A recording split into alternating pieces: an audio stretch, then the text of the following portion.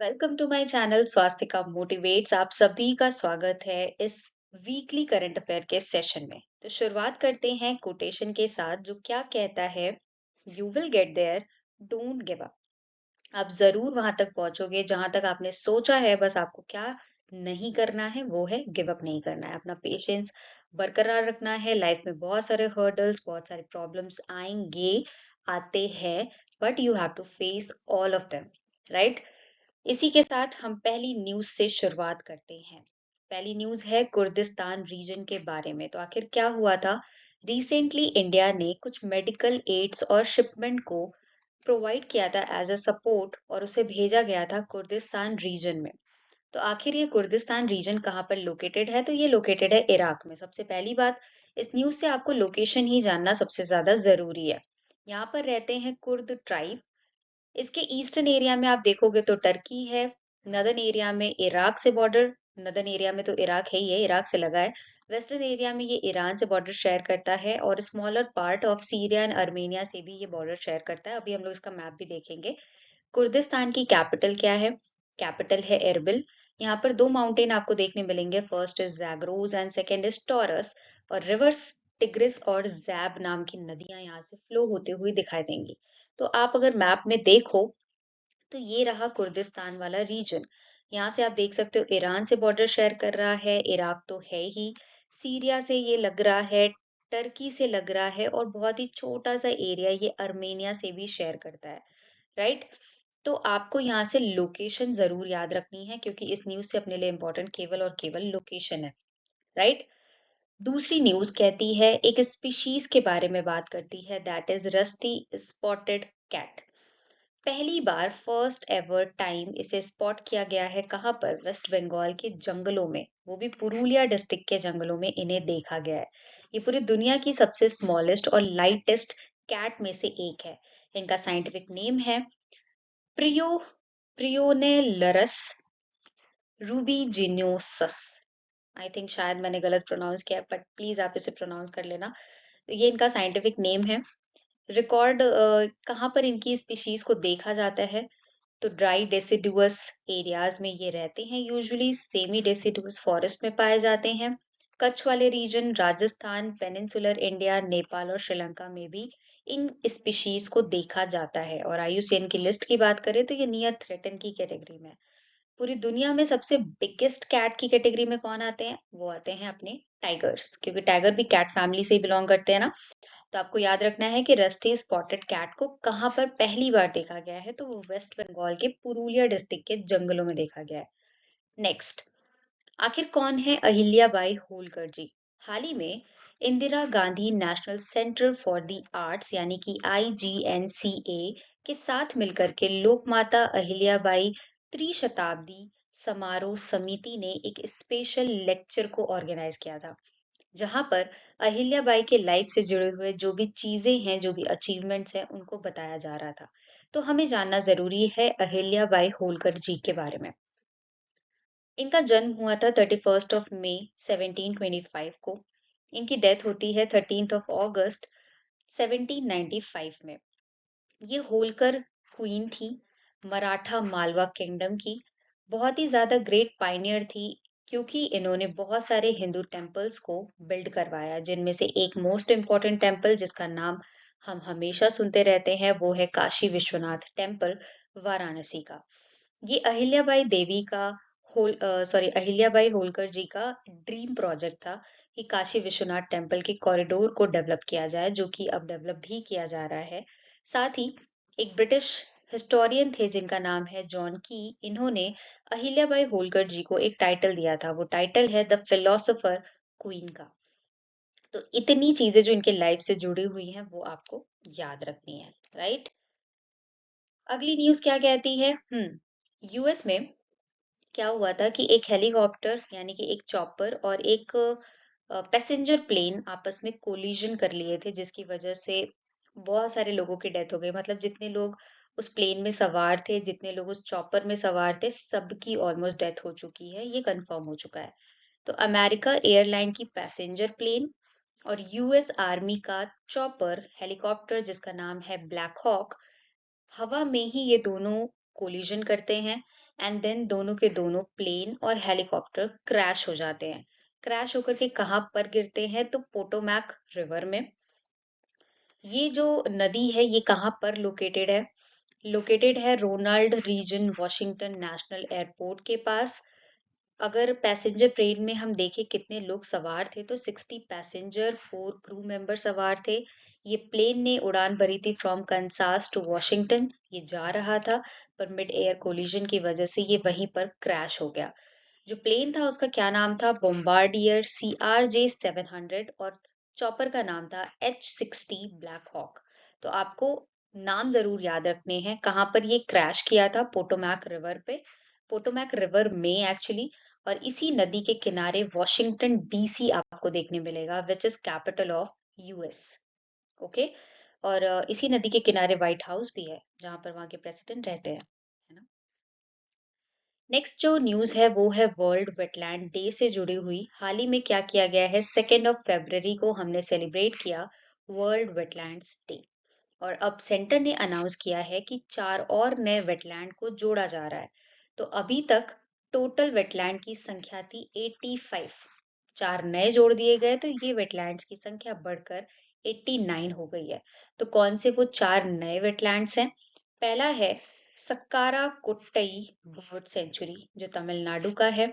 दूसरा हेर Thangal bird sanctuary, ये भी तमिलनाडु का है। थर्ड खिचियो पालरी वेटलैंड जो कि सिक्किम का है। एंड फोर्थ उधवा लेक जो कि झारखंड का है। यानी जो नए 4 जुड़े हैं उनमें से 2 तमिलनाडु के हैं, एक सिक्किम और एक झारखंड का है।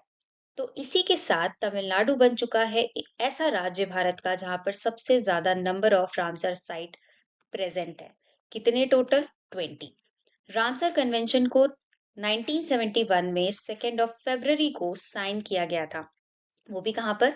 ईरान का एक जगह रामसार। इसीलिए हम इसे रामसार कन्वेंशन के नाम से जानते हैं और वेटलैंड्स को रामसर साइट्स के नाम से जानते हैं। साथ ही जो रामसर नाम की जगह है वो कैस्पियन लेक के किनारे लोकेटेड है। तो इतनी चीजें यू हैव टू रिमेम्बर कि कितने अब हो चुके हैं बढ़ करके हमारे यहाँ पर वेटलैंड्स टोटल 89 हो चुके हैं। अगली न्यूज़ क्या कहती है? Inland mangrove of Guneri. हाल ही में गुजरात गवर्नमेंट ने डिक्लेयर किया है inland mangrove in Kutch district Guneri village को।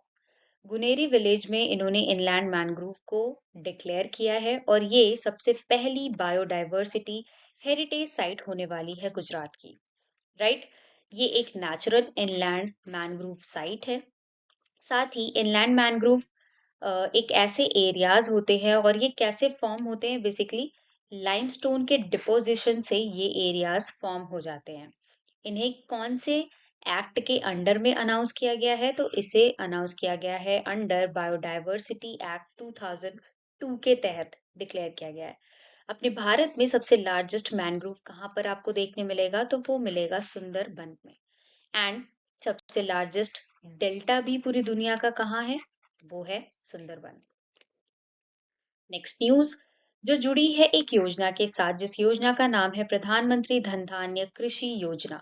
हमारी फाइनेंस मिनिस्टर निर्मला सीतारमन जी ने अभी 1 फरवरी को अपना 8वां कॉन्जिक्यूटिव बजट पेश किया जिसमें उन्होंने इस योजना को घोषित किया है, अनाउंस किया है, जिस योजना का नाम है प्रधानमंत्री धन धान्य कृषि योजना। इससे क्या किया जाएगा? करीबन 100 एरियाज के फार्मर्स को हेल्प प्रोवाइड की जाएगी। 100 डिस्ट्रिक्ट्स को कवर अप किया जाएगा। करीबन इससे 1.7 करोड़ फार्मर्स को बेनिफिट मिलने वाला है, ऐसा फाइनेंस मिनिस्टर जी ने कहा। ठीक है। 5 मेजर एरियाज हैं जिन पे फोकस करने की जरूरत है। वो है कि हमें प्रोडक्टिविटी कैसे बढ़ानी है, किस तरीके से बेटर इरिगेशन करना है, किस तरीके से किसानों को लोन की फैसिलिटी प्रोवाइड की जा सकती है कम इंटरेस्ट रेट पे, और कैसे हमें क्रॉप्स को डाइवर्सिफाई करना है ताकि हम डिफरेंट डिफरेंट टाइप के क्रॉप्स को ग्रो कर सके। और क्रॉप ग्रो हो जाएंगे तो उन्हें स्टोर भी तो करना पड़ेगा ना। तो स्टोर करने के लिए स्टोरेज की भी व्यवस्था कैसे करनी है, ये सारी बातें फाइनेंस मिनिस्टर ने बताया है कि हमें ध्यान रखना होगा इस योजना के तहत। एक स्कीम लॉन्च की गई थी जिस स्कीम का नाम है किसान क्रेडिट कार्ड स्कीम। इस स्कीम को 1998 में लॉन्च किया गया था और इसी बजट को जब पेश किया गया तब ये बोला गया कि इसकी जो डेडलाइन है, इसके अंडर में जो कैश प्रोवाइड किया जाता था उसकी लिमिट बढ़ा करके 5 लाख कर दी गई है अब, ठीक है? इंक्रीज़ कर दी गई है। Okay, next is national geospatial mission. हाँ, इसका भी अनाउंसमेंट इसी बजट के अंडर में किया गया। हमारी फाइनेंस मिनिस्टर ने अनाउंस किया कि लॉन्च करने जा रहे हैं हम जियोस्पेशियल मिशन को। एम क्या होगा? ताकि हम लैंड रिकॉर्ड्स को मॉडर्नाइज कर सकें, अर्बन प्लानिंग को एनहांस कर सकें, साथ ही इससे अर्बन डेवलपमेंट होगा और लैंड मैनेजमेंट करने में काफ़ी ज़्यादा आसानी होगी क्योंकि इसमें ड्रोन की हेल्प से क्या किया जाएगा, लैंड रिकॉर्ड्स को मेंटेन किया जाएगा। अगर लैंड रिकॉर्ड्स ड्रोन के थ्रू मेंटेन होंगे तो इसमें गलत होने के चांसेस थोड़े से कम हो जाएंगे और कॉन्फ्लिक्ट का जो कंडीशन अराइज हो जाता है वो भी कम हो जाएगा। ऑलमोस्ट ऐसा कहा गया है। ना जियोस्पेशियल, जियोस्पेशियल का मतलब क्या होता है? ये एक ऐसा डेटा होता है जिसके अंडर में किसी स्पेसिफिक लोकेशन जो कि अर्थ सरफेस पे प्रेजेंट है, हम उसके इंफॉर्मेशन या डेटास को कलेक्ट करते हैं, राइट? तो ये भी जो मिशन है ये भी हमारे बजट में ही लॉन्च किया गया है 2025-26 के बजट में। तो 3 चीज़ें हमने पढ़ ली, प्रधानमंत्री धन धान्य कृषि योजना, नेशनल जियोस्पेशियल मिशन, किसान क्रेडिट कार्ड जिसकी लिमिट को बढ़ा दिया गया है। तो ये सब बातें आपको वन बाय वन करके याद रखनी है, अपनी कॉपी में नोट डाउन करनी है। नेक्स्ट इज़ पूरी दुनिया का सबसे लार्जेस्ट आइसबर्ग जिसका नाम है A23A। ये धीरे-धीरे खिसक करके मूव करते-करते साउथ जॉर्जिया आइलैंड के पास आने वाला है और ये आने वाले टाइम में उस आइलैंड से टकरा भी सकता है। तो सबसे पहली बात, ये पूरी दुनिया का सबसे लार्जेस्ट आइसबर्ग है जिसका नाम है A23A। तो अगर आपसे कहीं भी क्वेश्चन बन गया कि अभी हाल ही में न्यूज़ में A23A वर्ड था, ये क्या है? तो यू शुड नो कि ये एक आइसबर्ग है जो कि अंटार्कटिका कॉन्टिनेंट में प्रेज़ेंट था। ये लास्ट ईयर ही टूट चुका था, मतलब टूट करके सेपरेट हो चुका था कॉन्टिनेंटल बाकी के आइसबर्ग से और अब ये फ्लोट करना स्टार्ट कर दिया है ना? तो धीरे-धीरे ये ड्रिफ्ट करते हुए साउथ जॉर्जिया आइलैंड के पास पहुंचने वाला है और ये उससे टकराने भी वाला है। तो साउथ जॉर्जिया आइलैंड जो है ये लोकेटेड है साउथ अटलांटिक ओशन में। यहाँ पर किसकी चलती है रूलिंग? वो है ब्रिटिश की, क्योंकि ये यूके का ओवरसीज टेरिटरी है, ब्रिटिशर्स के अंडर में है। हालाँकि ये काफ़ी वैसा वाला एरिया है कि यहाँ पर लोग रहते नहीं हैं, तो अगर कोलिजन होता भी है तो कुछ ज़्यादा नुकसान होने नहीं वाला। पर हाँ, न्यूज़ में है तो हमें जानना पड़ेगा इसकी कैपिटल क्या है। इसकी कैपिटल है किंग एडवर्ड पॉइंट। किसकी कैपिटल मैं बता रही हूँ ये? साउथ जॉर्जिया आइलैंड की। साथ ही यहाँ पर आपको माउंटेन रेंजेस भी मिलेंगे। एलर्डाइज रेंज, माउंट पेजेट जो कि यहाँ की हाईएस्ट पीक भी है, उसकी हाइट है 2935 मीटर। तो लोकेशन जरा आप देख लो, ये अंटार्कटिका का पेनिनसुला है, यहाँ से ये जो आइसबर्ग है वो फ्लोट करता हुआ यहाँ की तरफ मूव करने वाला है, राइट? और यहाँ जाके ये टकराएगा। तो A23 आइसबर्ग एंटार्क्टिका कॉन्टिनेंट का है और एंटार्क्टिका की हाईएस्ट पीक कौन सी है? Mount Vinson massif. आप सभी को पता है कि आइसबर्ग क्यों टूटा और क्यों फ्लोट कर रहा है। यू ऑल नो, एक ही मात्र रीजन है, वो है ग्लोबल वार्मिंग। अर्थ का टेम्परेचर जैसे-जैसे आप देख ही रहे हैं, ठंडियाँ कितनी ही पड़ी। फ़रवरी आ गया, अब ऑलमोस्ट ठंडियाँ खत्म ही हैं, एंड हो चुकी हैं। अब तो लगता ही नहीं है कि ठंड है भी। तो खत्म हो गई। ज़्यादातर मुझे जहाँ तक लगता है दिसंबर और जनवरी, बस इसी टाइम में जो ठंड पड़ी वो पड़ी, अब तो खत्म। तो ग्लोबल वार्मिंग के चलते टेम्परेचर ऑलरेडी राइज़ करते जा रहा है day by day. Glaciers melt हो रहे हैं, तो सिमिलर वे में अंटार्कटिका के भी जो आइसबर्ग्स हैं वो मेल्ट हो रहे हैं। मेल्ट होकर के ये जो वर्ल्ड का पूरी दुनिया का सबसे लार्जेस्ट वाला आइसबर्ग था वो तो टूट करके सेपरेट भी हो चुका था। उसके बाद अब ये फ्लोट करना स्टार्ट कर चुका है। तो लोकेशन वाइज न्यूज़ इम्पोर्टेंट है तो याद रखिएगा।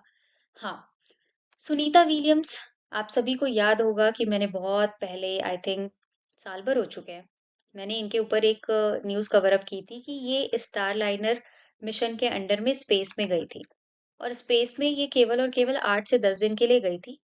पर ये मिशन फेल हो गया और ये स्पेस में जाके अटक गई। अटक गई तो अब स्पेस में खाली बैठी हैं तो कुछ तो करना चाहिए ना वहाँ पे। तो सुनीता विलियम के साथ एक और पर्सन कौन थे? बच वेलमोर। तो सुनीता विलियम्स और इन बुच विलमोर ने एक नया रिकॉर्ड कायम किया है।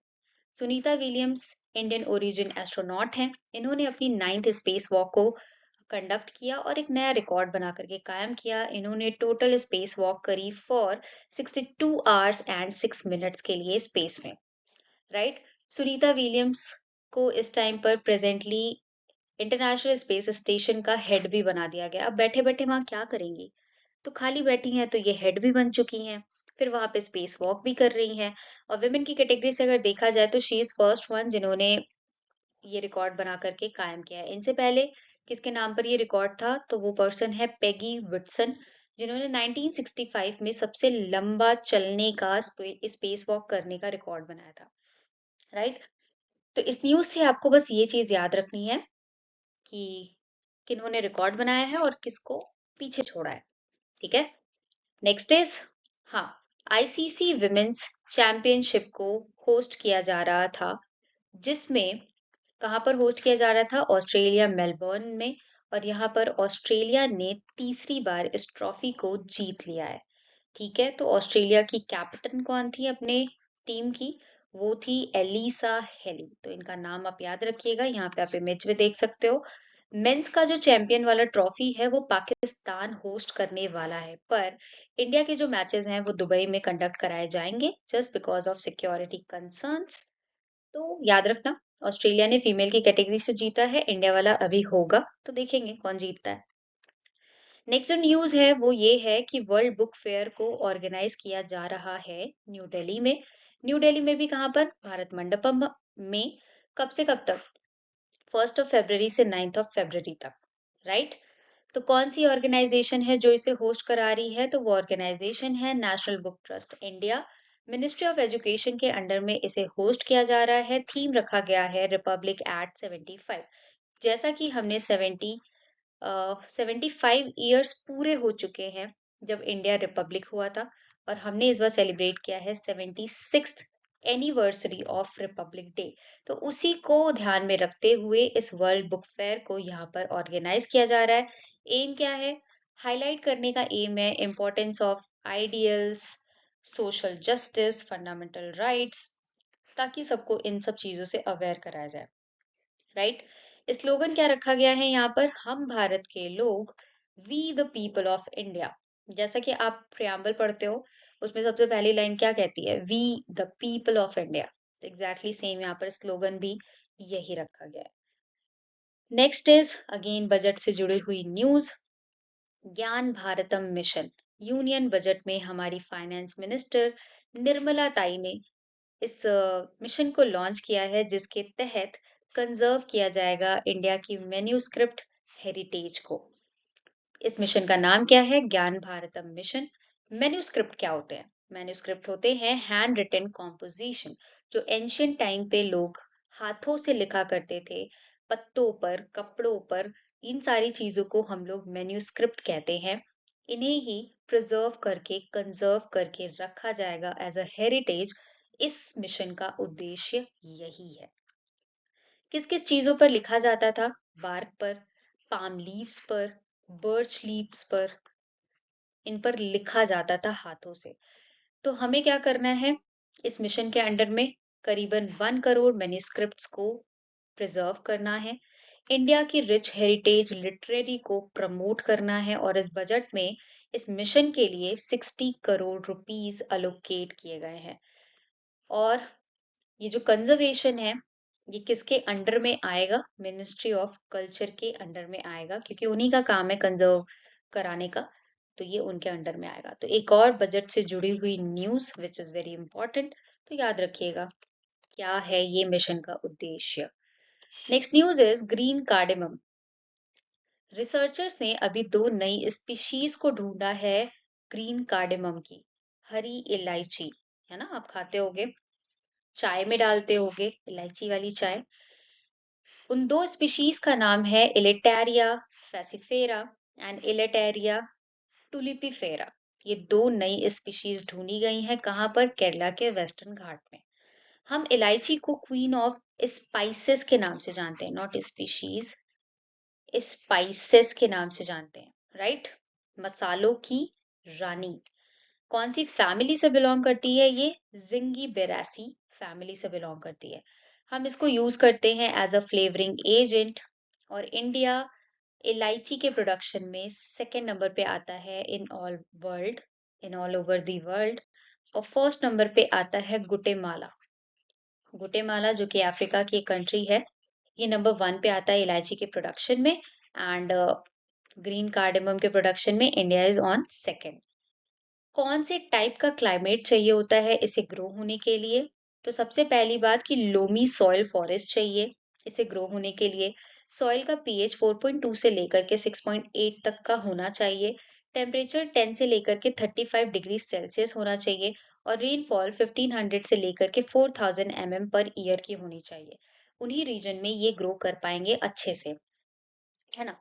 इलायची का प्रोडक्शन हम देखते हैं कि ज़्यादातर साउथ वाले रीजन में ज़्यादा होता है। मतलब केरला, कर्नाटका, तमिलनाडु इन सब एरियाज़ में ज़्यादा इसका प्रोडक्शन होता है क्योंकि वहाँ पर इसके हिसाब से क्लाइमेटिक कंडीशंस मिल जाती हैं, राइट? तो 2 नई स्पीशीज़ कहाँ पर ढूँढी गई है, कौन सी फैमिली से ये बिलॉन्ग करता है, सारी चीज़ मैंने यहाँ पे बता दी है। चलते हैं अगली न्यूज़ के साथ, जो कि जुड़ा है एक मिशन से, that is axiom mission 4। Indian air force officer जिनका नाम है, और ये इसरो के एस्ट्रोनॉट भी हैं। इनका नाम क्या है? कैप्टन सुभांशु शुक्ला। इन्हें पायलट डिक्लेयर कर दिया गया है फॉर एक्सियोम 4 मिशन। इसलिए हमारे लिए ये न्यूज़ इम्पोर्टेंट हो जाती है क्योंकि किसी भारतीय पर्सन को पहली बार किसी मिशन के लिए, वो भी नासा के द्वारा, पायलट चुना गया है। ये एक प्राइवेट स्पेस फ्लाइट मिशन है फॉर इंटरनेशनल स्पेस स्टेशन। और शुभांशु शुक्ला जी पहले इंडियन एस्ट्रोनॉट होंगे जो कि इंटरनेशनल स्पेस स्टेशन पे विजिट करेंगे with a private mission, that is axiom 4 mission. Commander कौन होंगे? पेगी जो कि यूएस से बिलोंग करते हैं। पायलट कौन होंगे? शुभांशु शुक्ला जो कि हमारे भारत से बिलोंग करते हैं। मिशन स्पेशलिस्ट होंगे स्लैवोस जो कि पोलैंड से हैं। मिशन स्पेशलिस्ट जो सेकंड है वो है टिबोर कापू, ये हंगरी से बिलोंग करते हैं। तो ये 4 पर्सन हैं जो कि इस एक्सियोम 4 मिशन में जाने वाले हैं। ये रहे कैप्टन शुभांशु शुक्ला, आप देख सकते हो। 2025 में ही ये मिशन लॉन्च होगा। कहाँ से लॉन्च किया जाएगा? कैनेडी स्पेस स्टेशन जो कि फ्लोरिडा का स्पेस स्टेशन है, वहां से इसे लॉन्च किया जाएगा। तो याद रखिएगा पायलट के तौर पे किसे चुना गया है, क्योंकि अपने भारत से है इसलिए हमारे लिए ये न्यूज़ इम्पोर्टेंट होती है। नेक्स्ट, पॉइंट नीमो। क्या आप जानते हो पॉइंट नीमो के बारे में? सबसे ज्यादा रिमोटेस्ट स्पॉट है जो कि पैसिफिक ओशियन में लोकेटेड है।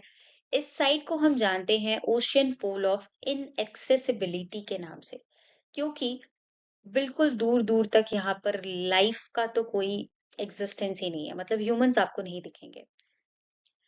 पॉइंट नीमो का नाम किस पर्सनालिटी के नाम पर रखा गया है? तो जूल्स वर्न कैप्टन नीमो के नाम पर रखा गया है। हाल ही में हुआ क्या है, 2 इंडियन नेवी की विमेन ऑफिसर्स ने क्रॉस किया है पॉइंट नीमो को, जो कि पूरे अर्थ का सबसे रिमोटेस्ट लोकेशन है। यहाँ तक पहुंचना बिल्कुल ना के बराबर है, मतलब लोग बहुत कम ही जाते हैं क्योंकि कोई सेंस ही नहीं है, वहां पर दूर दूर तक लोग रहते ही नहीं है, इसलिए वहां तक कोई जाता ही नहीं है। ये जो पॉइंट है ये स्पेस जंक डिस्पोजल है। जितने भी स्पेस मिशंस होते हैं जो कि जिनका डेडलाइन कंप्लीट हो जाता है या उन्हें गिराना होता है कहीं ओशन या सीज में, तो point Nemo is the place जहां पर इन सारे डेब्रिस को डंप कर दिया जाता है। इसीलिए इसे स्पेस जंक डिस्पोजल के नाम से भी जाना जाता है इस पॉइंट को। So point Nemo is located in southern hemisphere, Pacific ocean में लोकेटेड है। पर यहाँ से कौन कौन से मेजर सीज हैं जो कि बॉर्डर शेयर करते हैं? तो वो है कोरल सी, तस्मान सी, सोलोमन सी और बिस्मार्क सी। तो यू हैव टू रिमेम्बर कि अभी हाल ही में पॉइंट नीमो न्यूज में था, ये लोकेटेड कहाँ पर है ना? सब चीज मैंने बता दी है। बेल्जियम के नए नए प्राइम मिनिस्टर अपॉइंट किए गए हैं। बेल्जियम जो कि वेस्टर्न यूरोपियन कंट्री है, बेल्जियम की कैपिटल है ब्रूसेल्स। जो नए प्राइम मिनिस्टर अपॉइंट किए गए हैं उनका नाम क्या है? BART D Weaver. 5 पार्टियों ने आपस में कोलिजन करके गवर्नमेंट फॉर्म किया, जिसके बाद जाकर के इन्हें प्राइम मिनिस्टर के तौर पर वहां पर अपॉइंट किया गया है। नाटो यानी कि नॉर्थ अटलांटिक ट्रीटी ऑर्गेनाइजेशन, इसका भी हेडक्वार्टर आपको ब्रुसेल्स में देखने मिलेगा। यूरोपियन यूनियन का भी हेडक्वार्टर आपको ब्रुसेल्स में देखने मिलेगा, राइट? तो नाम याद रखिएगा। नेक्स्ट, गर्भिणी दृष्टि। इंडिया ने लॉन्च किया है गर्भइनी दृष्टि डेटा रिपोजिटरी को। तो आखिर ये क्या है, ये क्या काम करेगा? तो ये advanced research on birth outcomes के रिपोर्ट पे बेस्ड है। यानी कि इसे लॉन्च किया गया है डिपार्टमेंट ऑफ बायोटेक्नोलॉजी के अंडर में, ताकि अंडरस्टैंड किया जा सके प्रेगनेंसी कॉम्प्लिकेशंस को। क्योंकि क्या होता है ना, प्रेग्नेंट वुमेन के जब प्रेगनेंसी में डिलीवरी का टाइम आता है तो काफी ज्यादा कॉम्प्लिकेशंस हो जाते हैं, जिसकी वजह से मदर्स की या बच्चे की कई बार डेथ हो जाती है। तो उन सारे कॉम्प्लिकेशंस को समझने के लिए गर्भिणी दृष्टि नाम का एक डेटा रिपोजिटरी लॉन्च किया गया है। यहाँ पर जितने भी टाइप के कॉम्प्लिकेशंस होते हैं उन्हें अपलोड किया जाएगा, ताकि फर्दर उनके रिगार्डिंग स्टडी की जा सके। साथ ही ये one of the Asia's largest pregnancy cohort होगा। यानी कि डेटा यहाँ पर अवेलेबल रहेगा। लोग जाकर के इस साइट पर, इस पोर्टल पर देख सकते हैं कॉम्प्लिकेशंस के बारे में और उसके बारे में रीड कर सकते हैं। तो गर्भिणी दृष्टि जो है ये किस चीज से जुड़ा हुआ है? तो ये प्रेगनेंसी कॉम्प्लिकेशन से जुड़ा है, ये याद रखिएगा। ओवरऑल कुछ प्लेसेस जो न्यूज में अभी हाल ही में थी, फर्स्ट इज दारफुर। हाल ही में यहाँ पर ड्रोन अटैक किया गया था, जो कि यहाँ का सबसे लास्ट फंक्शनिंग हॉस्पिटल था। वो भी कौन से एरिया में लोकेटेड? अल फैशर एरिया में लोकेटेड, सूडान के दारफुर रीजन में। और इस ड्रोन अटैक में करीबन 67 लोगों की डेथ हो गई। ये लोकेटेड है वेस्टर्न सूडान वाले रीजन में। आप ये देख सकते हो, दिस इज सूडान। सूडान की कैपिटल है खार्तूम, और ये यहाँ पर इसके वेस्ट में लोकेटेड है।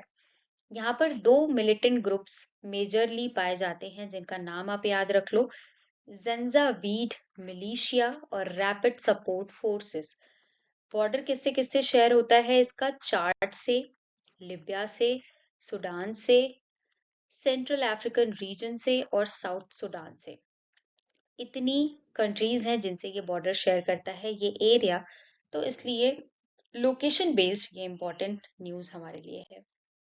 नेक्स्ट, कारा सी। आप अगर कारा सी को देखो तो रशिया के नदर्न रीजन यहाँ पे है कारा सी, है ना? तो रशिया क्या कर रहा है, अपनी एक्टिविटीज को यहाँ पर भी एक्सटेंड करते ही जा रहा है। ये साइबेरिया के नॉर्थ में लोकेटेड है, रशिया के भी नॉर्थ में है। इस सी का नाम एक नदी के नाम पर रखा गया, जिस नदी का नाम है कारा रिवर। और ये पूरी दुनिया का वन ऑफ द कूलेस्ट सी है, क्योंकि यहाँ पे आर्कटिक ओशन आपको नजर आ रहा है। तो बिल्कुल सनलाइट तो यहाँ पे पहुंच नहीं पाती है, तो ठंडा तो हो गई। मेजर रिवर्स जो यहाँ पर ड्रेन होती हैं वो है कारा, ओब, पैसीना और येनिसी नाम की नदियां। कौन कौन से सीज ओशन से ये बॉर्डर शेयर करता है? तो बैरेंट सी से वेस्टर्न डायरेक्शन में, लेप्टेव सी से ईस्टर्न डायरेक्शन से और आर्कटिक बेसिन से नदर्न डायरेक्शन से ये बॉर्डर शेयर करता है। लोकेशन बेस्ड है, याद रखिएगा। एक क्वेश्चन है स्टेटमेंट बेस्ड। पहला क्वेश्चन ये कहता है the Kara Sea is located to the north of Russian Federation, bordered by Barents Sea and Arctic Ocean. The Kara Sea is known for is its rich marine biodiversity and a major shipping route, जो कि बिल्कुल गलत है, क्योंकि बिल्कुल ठंडी जगह है वहां पे। मेजर शिपिंग रूट, वो भी ट्रेड के लिए, तो बिल्कुल ही नहीं यूज किया जाएगा, क्योंकि ठंड के टाइम पे वो फ्रीज हो जाती है। The sea is characterized by its permanently frozen waters and is crucial for Russia's Arctic oil and gas। हाँ, ये बात सही लिखी है। तो इसका सही जवाब हो जाएगा 1 और 3 इज करेक्ट, क्योंकि सेकंड तो गलत है। Next, world pickle ball league को अभी हाल ही में बेंगलुरु में होस्ट किया गया। ये इंडिया का सबसे पहला franchise based pickle ball league है, जिसे बेंगलुरु ने होस्ट किया। फाइनल मैचेस खेले गए between Bengaluru jawans versus Pune United, और इस मैच को जीत लिया है बेंगलुरु जवान्स ने। तो याद रखिएगा किसने जीता। पिकल बॉल जो गेम है, इसमें जो बॉल इस्तेमाल की जाती है दैट इज हॉलो, और जो कोर्ट जहाँ पर ये मैच खेले जाते हैं वो 20 फीट वाइड होता है और 44 फीट लॉन्ग होता है। बेसिकली जो पिकल बॉल गेम है, ये बैडमिंटन, टेनिस और पिंग पोंग गेम का एक तरीके से आप कह सकते हो कि ये मर्जर है, मिक्सअप है ना? नेक्स्ट, माइग्रेंट्स जो कि इंडियन माइग्रेंट्स थे, इन्हें यूएस से डिपोर्ट कर दिया गया है वापस भारत में। कौन से एयरप्लेन का इस्तेमाल करके? तो ये मिलिट्री एयरक्राफ्ट है जिसका नाम है C-17। जो इल्लीगल इंडियन इमिग्रेंट्स थे, इन्हें यूएस से इंडिया वापस डिपोर्ट किया गया है। डोनाल्ड ट्रम्प जी अभी बने हैं ना प्रेसिडेंट, उसके ऊपर अभी मैं एक शॉर्ट वीडियो अपलोड करने वाली हूँ, जो उन्होंने चेंजेस किए हैं उसके रिगार्डिंग। तो कल ही कल नहीं, 5th ऑफ फरवरी को डिपोर्ट कर दिया गया है करीबन 104 लोगों को, और ये लोग लैंड कहाँ पर किए हैं? अमृतसर में। पहली बार ऐसा हो रहा है कि किसी मिलिट्री एयरक्राफ्ट को यूज करते हुए इन्हें डिपोर्ट किया गया है। ऐसा नहीं है कि इलीगल इमिग्रेंट्स को पहले नहीं लेके आया गया है। पहले भी यूएस ने डिपोर्ट किया है भारतीयों को वापस भारत में, लेकिन पहले कमर्शियल प्लेन्स का इस्तेमाल किया जाता था इन्हें डिपोर्ट करने के लिए। पर पहली बार ऐसा हो रहा है कि किसी मिलिट्री एयरक्राफ्ट का इस्तेमाल करके डिपोर्ट किया गया है। तो वो मिलिट्री एयरक्राफ्ट C-17 था।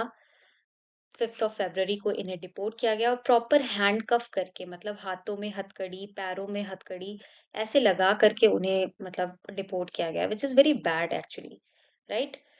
तो याद रखिएगा आप इस प्लेन का नाम। वर्ल्ड कैंसर डे हमने सेलिब्रेट किया 4th ऑफ फरवरी को, हर साल करते हैं। इसकी शुरुआत हुई थी 1999 से, थीम रखी गई है 2025 की, यूनाइटेड बाय यूनिक। इसलिए सेलिब्रेट करते हैं ताकि हम कैंसर के रिगार्डिंग अवेयरनेस को फैला सके across the globe, right? So this is it about today's current affair. I hope आप सभी को पसंद आया होगा, और अगर पसंद आए तो प्लीज वीडियो को लाइक, शेयर और सब्सक्राइब जरूर करें, राइट? और जो भी लोग ये पूछते हैं कि क्या ये करंट अफेयर किसी एग्जाम, किसी पर्टिकुलर स्पेसिफिक एग्जाम के लिए इम्पोर्टेंट है या नहीं, तो मैं ये बताना चाहती हूँ कि अगर आप जिस भी एग्जाम की तैयारी कर रहे हो, अगर उसमें करंट अफेयर सिलेबस में है, then definitely this session is helpful for all those type of exams, right? तो बार बार डाउट करने की जरूरत नहीं है, आप बिल्कुल ही टेंशन फ्री होकर के सेशन को अटेंड करो, एंड डेफिनेटली आप पाओगे कि हाँ ये हेल्पफुल है, यहाँ से क्वेश्चंस बन रहे हैं। पर कंडीशन एक ही है कि आपको नोट्स खुद से बनाने होंगे, रिवीजन करने पड़ेंगे, तभी चीजें दिमाग में जाती है। एक दिन पढ़ करके फिर बाद में छोड़ करके आप चीजों को याद नहीं कर सकते। मैंने भी बहुत मेहनत की है इसके पीछे, कंटिन्यूअसली उसको रीड करना, फिर नोट्स बनाना, फिर आप तक पहुंचाना। तो ये कंटिन्यूअसली बैक टू बैक 3 से 4 बार रिवीजन हो जाता है ऑटोमेटिकली, तो वो चीजें मेरे माइंड में रिकॉल होती रहती हैं। तो एग्जैक्टली सेम वे में आपको भी यही चीज करनी है, तभी जा करके चीजें सॉर्ट आउट होंगी। और करंट और स्टैटिक रिलेट करके जब तक आप नहीं पढ़ोगे, चीजें सॉर्ट नहीं होंगी। This is the fact. किसी भी एग्जाम्स को अगर क्लियर करना है, then you have to read in that way. Current आप पढ़ो, उसको स्टैटिक से रिलेट करो, राइट?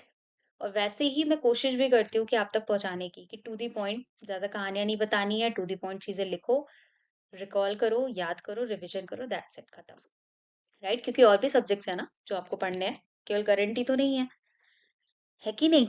तो आई होप आप सभी को पसंद आया होगा, और अगर पसंद आया तो प्लीज इसे लाइक, शेयर और सब्सक्राइब जरूर करें। बने रहे मेरे साथ। टेलीग्राम पे ज्वाइन कर सकते हो आप पीडीएफ के लिए, और इंस्टाग्राम पे आप फॉलो कर सकते हो शॉर्ट वीडियोस के लिए। So that's it. Thank you for watching. Have a great day.